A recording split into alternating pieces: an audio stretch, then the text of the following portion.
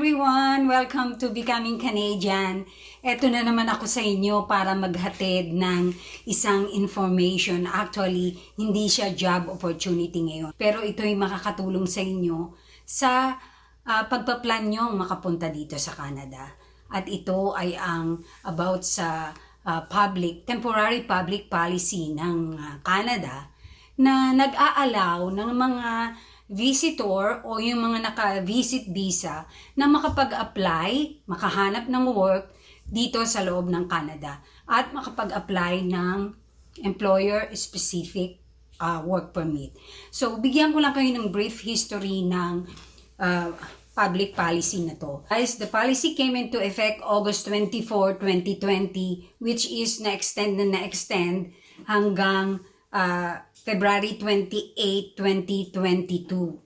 So, after nun, yung iba nawala na ng pag-asa dahil yung ibang hindi pa nakakahanap ng employer even though they are visitor inside in Canada and has valid status. Kaya lang magra-run out na ng time dahil hanggang February 28, 2022 na lang ang extension na binigay ng Canada Immigration regarding sa program ng temporary public policy na to.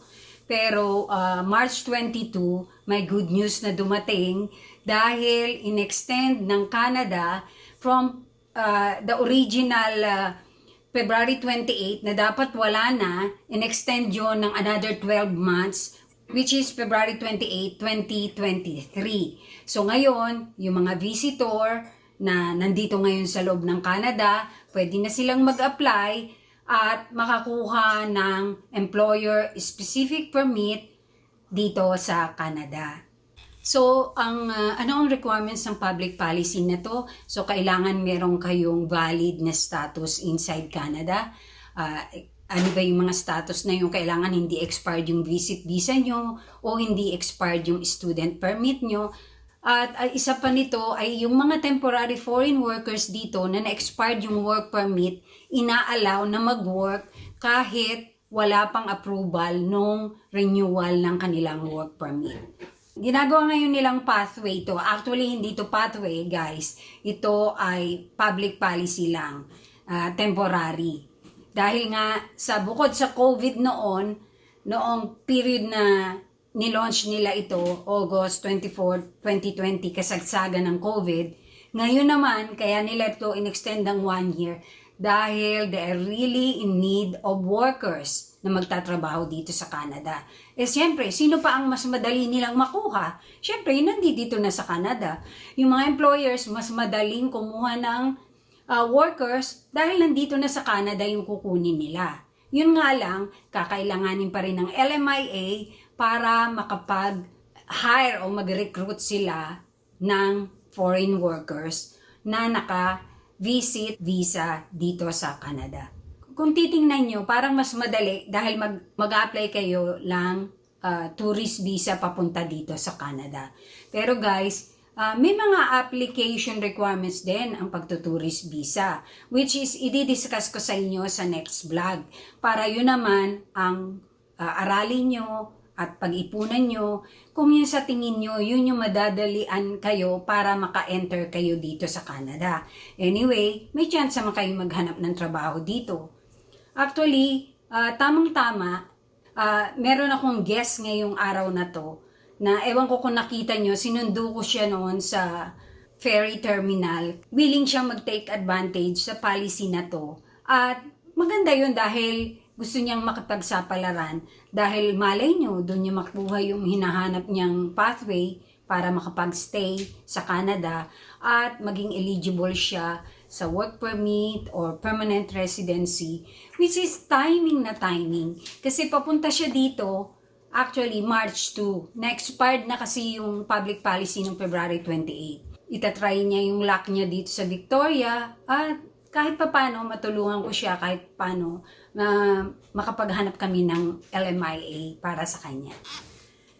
Guys, let's all meet Daisy. Hi guys, I'm here in Canada as visitor. Alam nyo kasi guys, si Daisy ay professional siya, college graduate siya, may experience siya sa caregiving, may experience din siya sa office work. So, very eligible siya. Yun nga lang, makikipagsapalaran siya dito kung bakit visit visa ang napili mo, which is pwede kang eligible ka namang mag-apply through other pathway. Actually, ang punta ko talaga rito, gusto kong mag-visit. Then, makita ko yung mga pamangking ko at saka cousin ko. And then, nung nanonood ako sa YouTube ng Immigration Canada, nakita ko na meron silang bagong parang policy na lahat ng visitor ay allowed na mag-apply ng work permit inside Canada. Yun lang yung mga nandito na may hawak, holding ng visitor visa. So, ayun, nag-try ako since nag-graduate ako ng caregiving course. Then, eto, nag-a-apply ako ngayon na para makakuha ng work permit. Then, pumunta ako kay Ma'am Betty. Welcome ako hanggang ngayon sa dami ng medyo kapalpakan na ginawa. Paano naman yung journey mo sa pag-apply ng visit visa? Nahirapan ka ba? O ano ang mga tinake mong steps para makakuha ng visit visa? Actually, nung ako ng visit visa, para lang itry ko yung chance na malaman ko ano ba talaga yung nandun sa Canada. Ayoko kasing pumunta sa isang bansa na hindi ko alam yung kultura, basta na lang ako sasabak doon. So, nag-try ako noon. Ang first na ginawa ko, kailangan ko ng visitor visa. Madali lang ang visitor visa nila as long as nakatutok ka sa website ng IRCC, may website Canada sila. Immigration, okay. Hindi mo na kailangan ng consultant dahil ang consultant doon din tumitingin. So nag-do it yourself ka? Yes, ma'am. Do it yourself. So, ilang try ka naman? Kung na-refuse ka na ba o umulit ka lang? One time lang po ako then, ang pinaka, requirements nila, kailangan meron kang yung kamag-anak mo o relatives naman mag-i-invite sa'yo. Then, yun, pag in-invite ka, yung reason kailangan din, sa akin kasi, bininyagan yung kanyang anak. Kaya, meron akong,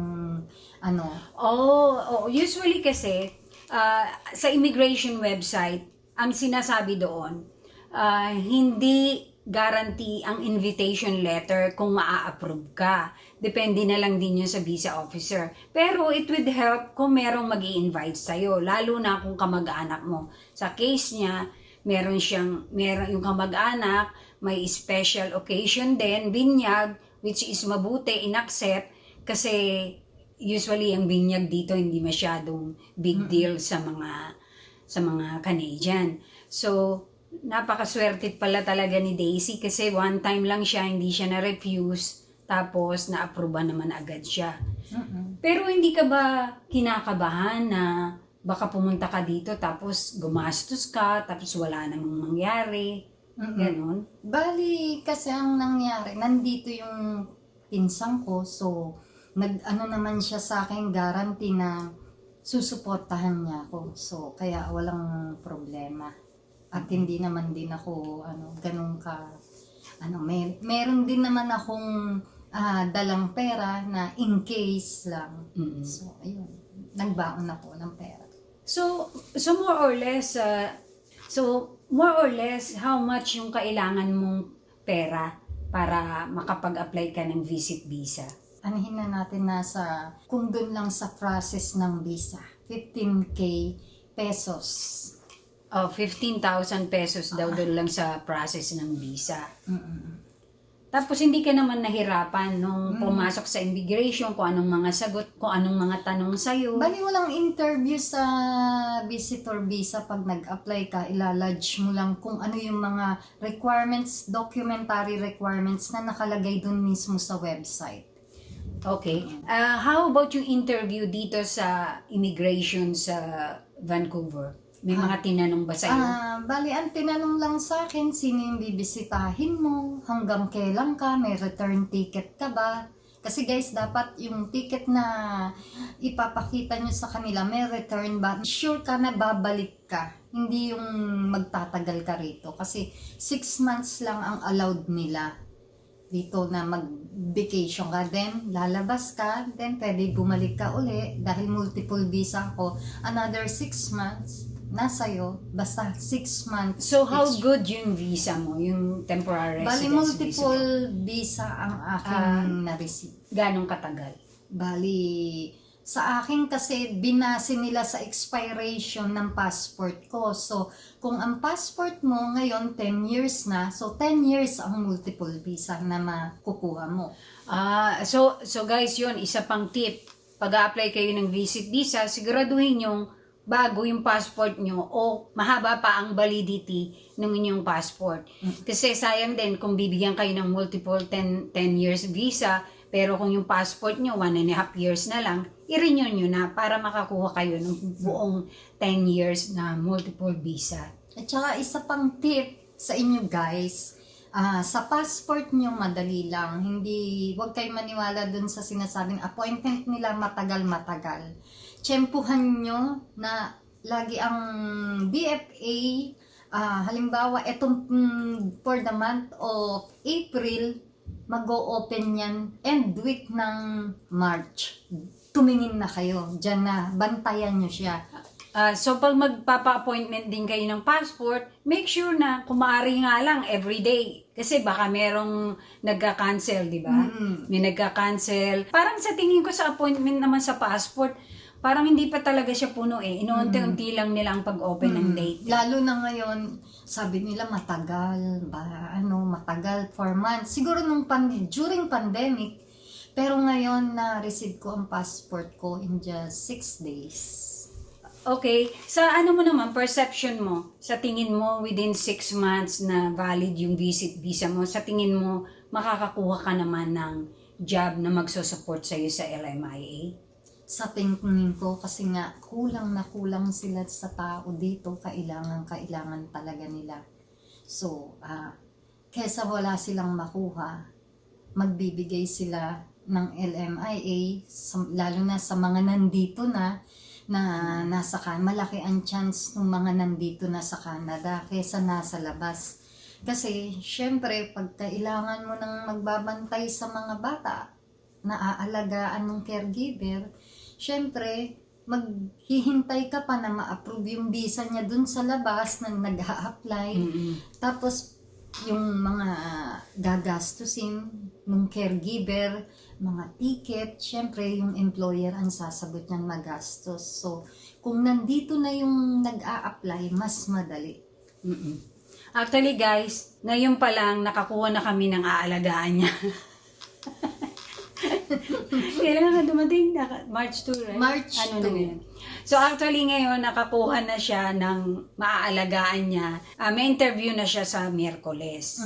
Yan. Yun ang paghahandaan niya, yung interview niya. Wish me luck guys na matanggap ako rito. At maikwento pa namin sa inyo yung mangyayari sa trabaho ko. Okay, thank you. Thank you, Daisy. Bye guys. Thank you ma'am for this opportunity na ma-share ko sa vlog mo yung experience ko. Okay. See you on next vlog of Ma'am Betty. For sure. So ayun guys, na-share ni Daisy sa inyo kahit papano yung maikling journey niya papunta dito sa Canada. So maybe next vlog or give me some time at ituturo ko sa inyo ang kung ano talaga ang pinaka-specific na procedure sa pagkuha ng visit visa dito para kung maisipan nyo na gamitin nyo rin ito at meron naman kayong pera kasi guys hanggang February 28, 2023 na lang to, so meron lang 1 year ito at sana yung iba sa inyo na okay naman sa program na to pwede kayong mag-take chances din. Pero kung sa tingin nyo naman makakwalified kayo sa mga skilled work na ina-applyan nyo as a direct pathway to Canada immigration, mas yun ang bigyan nyo ng pansin. For those na hindi pa nakapanood ng mga video ko, don't forget to hit the subscribe button. And as usual, the bell notification para lagi na lang kayong ma-notify ng mga video ko. I will see you in my next vlog and take care and God bless to all of you.